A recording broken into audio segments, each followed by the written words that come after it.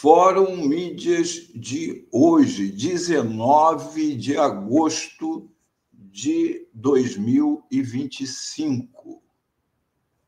Aqui é uma matéria que eu publiquei na Fórum, acho que sábado agora. Corrupção na Secretaria de Fazenda de Tarcísio é rotina, segundo a Folha. Enquanto Tarcísio de Freitas disputa indicação para presidente em 2026, a corrupção e a violência, inclusive feminicídio, estupro e violência policial, explodem em São Paulo. Esta semana, o Grupo de Atuação Especial de semana passada, repressão aos delitos econômicos, descobriu um esquema bilionário de corrupção na Secretaria de Fazenda de São Paulo. Nos meios de comunicação tradicionais, aí a notícia para aí, Bilionário de corrupção na Secretaria de Fazenda de São Paulo. Para aí. Aqui na Fórum nós dizemos do governador Tarcísio de Freitas, que isso é escondido nas matérias. O empresário Sidney Oliveira, dono da rede de farmácias Ultrafarma, foi preso na manhã da terça-feira passada durante uma operação do Ministério Público de São Paulo que apura um esquema de corrupção. Segundo o MP de São Paulo, o esquema envolve o auditor Arthur Gomes da Silva Neto, que manipulava processos administrativos para reduzir ou eliminar dívidas tributárias de empresas, recebendo em troca pagamentos mensais de propina. Os valores eram repassados por meio de uma empresa em nome da mãe do servidor. Segundo o Ministério Público de São Paulo, ele comanda desde 2021 um esquema que já movimentou mais de 1 bilhão em propinas. A investigação apontou para o auditor preso, chegou a montar uma empresa que pôs em nome da mãe, ironicamente chamada Smart Tax, Imposto Inteligente. Você vê que os caras ainda, eles se denunciam, eles fazem questão, como serial killer. Os serial killers, eles deixam uma marca, eles cometem o crime de um certo jeito, que também todo mundo interpreta isso como uma pista que eles vão dando, não só para marcar a autoria do crime que fazem, mas também para a polícia prendê-los, porque, na verdade, eles querem ser presos, porque este assassinato é um impulso que eles não conseguem controlar, então eles querem que alguém controle por eles. Então, esse auditor. Agora, você veja, se essa empresa movimentou 2 bilhões em dinheiro de propina, só este auditor, dá para a gente imaginar o tamanho que deve ser a corrupção dentro, porque não é possível que um auditor esteja levando essa bola toda e os outros auditores estejam ali, ninguém esteja percebendo nada, está todo mundo assim, olhando para outras coisas, ninguém está vendo que está uma movimentação estranha ali, ninguém percebe isso. Está na cara que isso aí é um esquema lá dentro imenso. Só com este auditor, 2 bilhões de propina. Agora, imagina o total. Isso aí pode ser uma coisa do tamanho desse negócio do INSS aí, porque o São Paulo, tirando o Brasil, São Paulo é o segundo maior orçamento do país. Em cima de São Paulo é um negócio bilionário. E a investigação apontou isso, A reportagem da Folha de São Paulo aponta que suspeitas sobre fiscais da Fazenda de São Paulo se repetem e conectam diferentes investigações. Ou seja, já são alguns fiscais, que se repetem e conectam. Não vamos dizer que sejam todos, mas, evidentemente, que se são fiscais e a corrupção está comendo, ou os outros estão falando, não vou me meter nisso, ou estão junto. Porque não é possível que um negócio rolando desse jeito ninguém esteja percebendo. Este auditor fiscal, o auditor fiscal Marcelo de Almeida Gouveia, já havia sido alvo em 2019 de outro inquérito da Polícia Civil com investigação de crime de lavagem de dinheiro que acabou arquivado. Agora ele foi preso junto com o auditor fiscal aí da Smart Tax. No domingo teve uma matéria no Fantástico denunciando também o esquema lá na Secretaria de Fazenda de São Paulo. O Ministério Público investiga um esquema bilionário de corrupção que envolve grandes empresas. A denúncia mais grave, olha atenção isso, parte de Manuel Conde Neto, da rede de farmácias Farmaconde, que afirma que a concorrente Ultrafarma sonegava até 60% do que vendia. Você já imaginou o que vende de remédio e você sonegar 60%?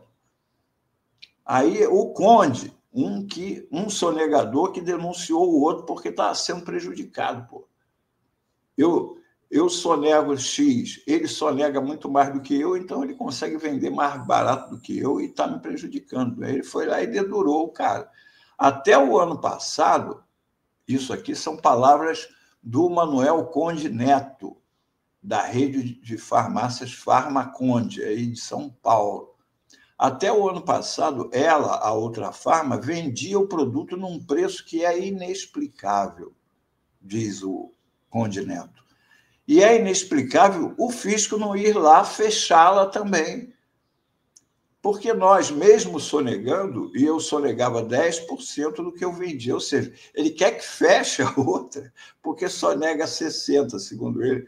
Agora, ele mesmo confessa que ele sonegava, agora ele não fala assim, também devia já ter me fechado, não. Isso ele não fala. Ele sonegava 60% do que vendia e estava na cara que a sonegação lá era, e é até hoje, muito grande, diz o Conde.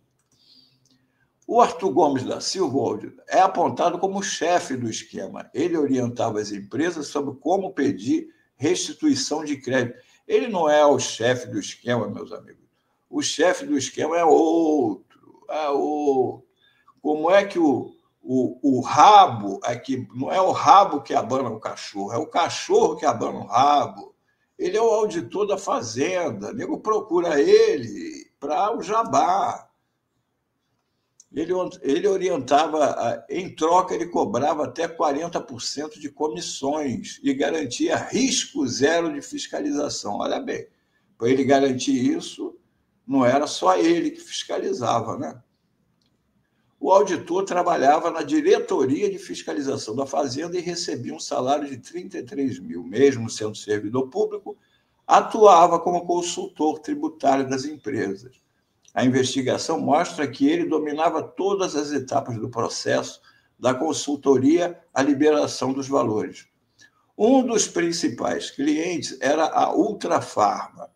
Vamos voltar a atenção para esse foco da farmácia do Conde e para a Ultrafarma que a gente está lidando agora aqui. Segundo os promotores, o Arthur tinha até o certificado digital da empresa para fazer os pedidos de restituição. O certificado digital, para quem não sabe, é a assinatura eletrônica da empresa que permite a você emitir, receber, fazer a movimentação em nome da empresa.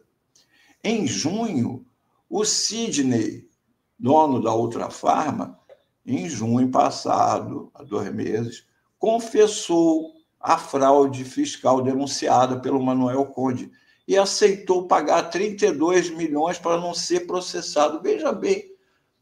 Não, então tudo bem, mas eu pago 32 milhões e não sou processado, tá ok? Paramos por aqui. Como é que é? Ele pega o dinheiro que ele roubou, que ele sonegou, e aí paga para não ser processado?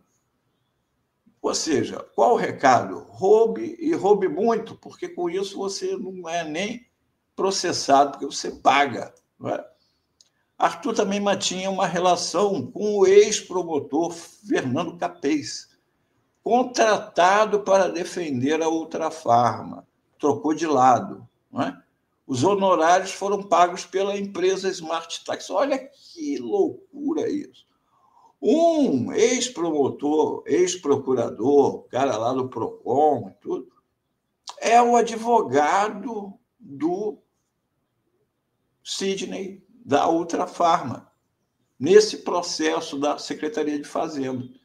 E da onde que ele recebe os honorários dele? Da Smart Tax, que é a empresa feita para receber o jabá. Então, o dinheiro desviado do governo do Estado paga o auditor, paga o sonegador e paga o advogado do sonegador. Todo mundo na mesma propina. Quem é que fica sem esse dinheiro? É o contribuinte de São Paulo, é a pessoa que precisa, e quem precisa são os pobres. Quem precisa é o asfalto, quem precisa é a segurança pública, não é? Quem precisa são os programas sociais. Mas o dinheiro está ali no auditor, no dono da Ultrafarma e da farmácia do Conde e no procurador, que é advogado, está recebendo via jabá. A delação do Manuel Conde, da farmácia Conde, também relembra um esquema de sonegação descoberto em 2017, ou seja, há 8 anos, na Farmaconde. Na época, a empresa teve que devolver mais de 300 milhões aos cofres públicos. O Conde recebeu perdão judicial e agora denuncia. Ou seja, foi pego, aí falou, tudo bem, peguei mesmo, toma aqui o dinheiro de volta, e ficou solto. E a empresa dele continuou funcionando, beleza, de boas. E aí, como ele mesmo confessa, continuou sonegando. Segundo ele, 10% só. Não é igual ao outro, que é 60%, mas continua. Como é que pode uma coisa dessa? Aí agora a gente vê isso. Ele foi preso na semana passada, mas agora já foi solto. Estava em cana lá, foi solto após pagar a fiança de 25 milhões. Adivinha de onde deve ter vindo esses 25 milhões? Do mesmo dinheiro que ele não pagou lá dos impostos. Está rindo à toa, está na rua. Né? Está com um ex-procurador que ele está pagando com o dinheiro do roubo lá. E vida que segue. Agora, até aí, nós estamos nesse escândalo vergonhoso do roubo impune para os milionários e bilionários do Brasil. A pessoa vai lá e paga, como o pessoal da loja americana, não tem nenhum em cana. Um roubo de quase 40 bilhões e não tem nenhum preso. Assim como a Vale do Rio Doce cometeu 2 crimes ambientais monstruosos que nós vamos demorar século para poder consertar aquilo. O Rio Doce, que eles acabaram, que era o nome da empresa antigamente, Vale do Rio Doce. Eles destruíram o Rio Doce. Qual deles está preso lá, executivo da Vale do Rio Doce? Nenhum. Tudo solto. Agora, isso é uma coisa. Agora vamos para outra, que é a outra sonegação, a sonegação de responsabilidade. Temos aqui o Jair Bolsonaro, o governador Tarcísio de Freitas e o SS, como bem chama o Bob Fernandes, jornalista, o excelente jornalista Bob Fernandes. Ele fez a abreviatura do Secretaria de Segurança, fez um trocadilho com o pessoal lá do Hitler. Então, ele chama sempre o DERIT de o SS DERIT. Então, temos os 3 aqui. Além daquele buraco que nós estávamos falando agora na Secretaria de Fazenda, esse esquema gigantesco de corrupção que a mídia não associa ao Tarcísio de Freitas, nós temos acompanhado nos últimos tempos o sucesso da segurança pública da dupla Tarcísio-DERIT. São Paulo registra aumento de feminicídios, estupros e homicídios no primeiro semestre. Na contramão do Brasil, São Paulo tem o maior crescimento de mortes cometidas por policiais do país em 2024.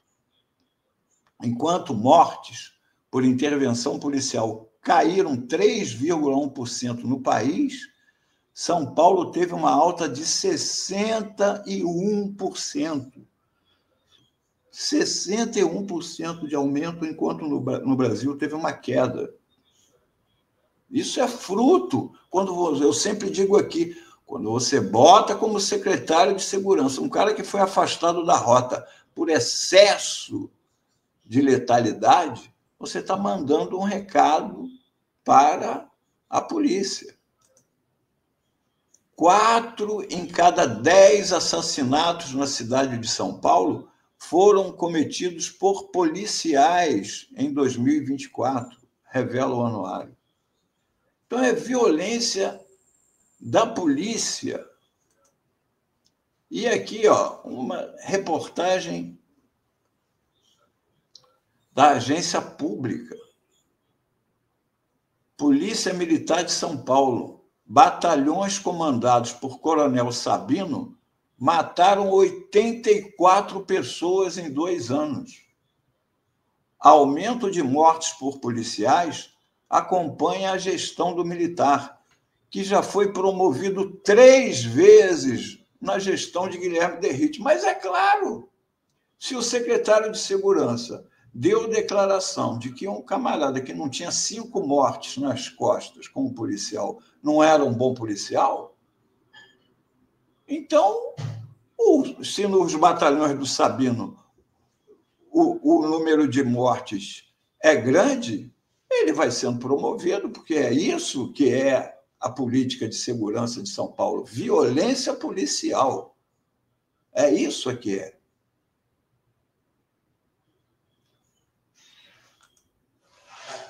Aqui o Rafael, um trecho da reportagem do Rafael Custódio, da Agência Pública. Gabriel Silva está entre as 84 mortes causadas por PMs subordinados ao coronel Cleotel Sabino de Souza em 2 anos, de junho de 2023 até junho de 2025.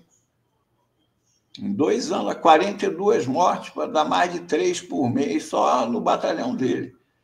Sabino, como é conhecido, já foi condenado a 2 anos de prisão em regime aberto por espancar um artesão em Ribeirão Preto em 1999. O fato não serviu de impeditivo para que ele fosse promovido pelo menos 3 vezes desde que o deputado federal Guilherme Derrite assumiu o cargo de secretário. Não foi impeditivo, não. Isso daí é contraponto a favor na avaliação do Derrite, porque ele mesmo diz, uma pessoa que não matou 5 não é um bom policial. Não é? Pelos números do Sabino, a gente nota que onde ele assume o comando, a porcentagem de violência policial dispara. E disparar é um verbo bem apropriado para eles. Né? Disse, em condição de anonimato à agência pública, um advogado paulista que acompanha casos de violência policial. Em fevereiro deste ano, o coronel assumiu o posto de comandante do policiamento no interior, que é responsável por administrar batalhões e companhias da PM de 52 municípios do interior paulista. Então, é isto. Por que escondem o Tarcísio? Porque o Tarcísio é tudo o que eles querem. O Tarcísio vai fazer aquilo que o Bolsonaro não teve coragem, né, de fazer. Porque aqui, São Paulo, há quantos anos a Sabesp estava para ser privatizada? Olha a cara de felicidade com que ele bate o martelo da privatização. E é isso que eles pretendem impor aqui no Brasil. Um governo com o Tarcísio vai ser um governo que vai privatizar o que não tiveram coragem de privatizar antes. Petrobras, Banco do Brasil, Caixa Econômica Federal, vão privatizar tudo. E olha a cara dele de alegria batendo o martelo. Já está para isso. Agora, só que para acontecer isso, a repressão vai ser violenta. porque vai haver protesto. Venda da Petrobras, Banco do Brasil, Caixa Econômica, vai parar o país. Mas, para isso, eles também contam como fazer, que o Tarcísio vai fazer, o que o Bolsonaro não teve coragem. Porque alguém tem alguma dúvida que, se o Tarcísio fosse o presidente e não o Bolsonaro, o golpe não teria ido para as ruas? Podia não ter dado certo, mas que o golpe teria ido para a rua, teria. As Forças Armadas iam para a rua, ele ia bater o martelo, para a rua, golpe. Não tenho dúvida. E é isso que nós vimos dizendo aqui, não é de hoje. Tarcísio no poder é a pinochetização do Brasil, privatização total e ditadura militar, libertando Bolsonaro e todos os generais condenados, e coronéis e outros que venham ser condenados agora, vai ser tudo anistiado, prisão de ministros do STF, vai ser o caos. Para quem aposta nisso, está aí o candidato escondido pela mídia, pronto para cumprir o dever e martelar o Brasil.